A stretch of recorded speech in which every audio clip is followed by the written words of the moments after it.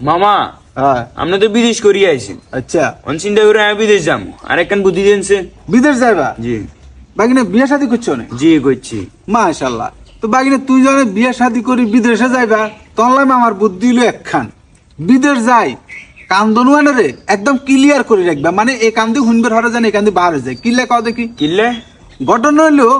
আমরা যারা বিদেশে যাই দেখা যায় সকালে ডিউটিতে যাই ডিউটি দিন রাত্রে আসি আসার পরে পরিবারের কাছে দেশে ফোন দিই মার কাছে যদি আগে দিয়ে ফোন দাও মাই কইব কি হুতর বই আর তো বাদ দেন না তোর বই আর বাদ দেন না গাইলারি করে সে করে তো তোর মনান বার হয়েছে না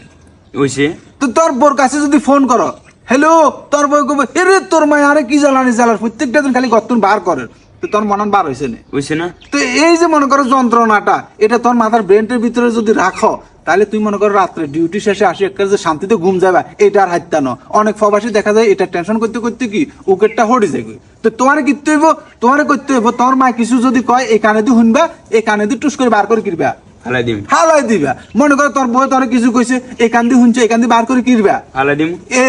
তাহলে তোর মনও ফ্রেশ থাকবো মাথাও ক্লিয়ার থাকবো ঠিক আছে না ঠিক আছে। তল্লা বুদ্ধি হইলো এটা কথা ক্লিয়ার জি।